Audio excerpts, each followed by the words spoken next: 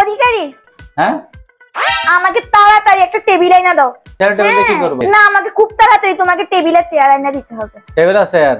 হ্যাঁ। আচ্ছা ঠিক আছে, দিব যাও। ঠিক আছে।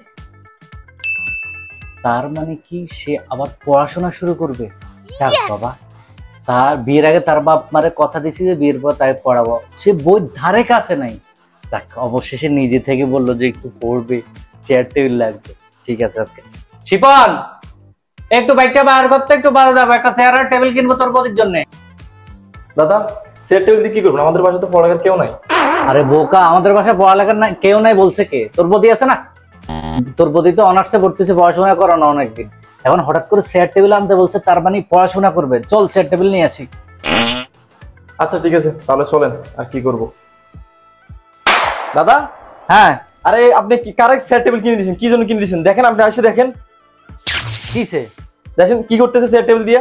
কেন পড়াশোনা করে? আরে কিসের পড়াশোনা, আপনি আসে দেখেন না। আচ্ছা দেখি, চল দেখি কি হয়েছে।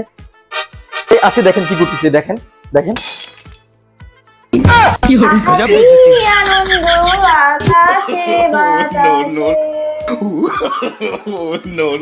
তুমি এই জন্য আমার হাতে টেবিল চেয়ার কিনাইছো?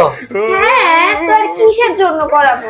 আসলে দাঁড়ায় দাঁড়ায় রান্না করতে আমার এত বেশি কষ্ট হয়, কোমর ব্যথা হয়ে যায়, ওই জন্য এক টেবিল চেয়ার আমি দিতে বলছিলাম। সারা জীবন শুনছি যে টেবিল চেয়ারে মানুষ পড়াশোনা করে, এবং তুমি টেবিল চেয়ারে বসে রান্না করতেছো। ওরে সর্বনাশ, সে তো মানে স্বর্গ পাই গেছে। আজব, তোদের স্বাধীন চেয়ার দেশ উন্নত হবে না, এটা কোনো কথা? ওরে দেশ স্বাধীন, দেশ স্বাধীন, স্বাধীন, স্বাধীন।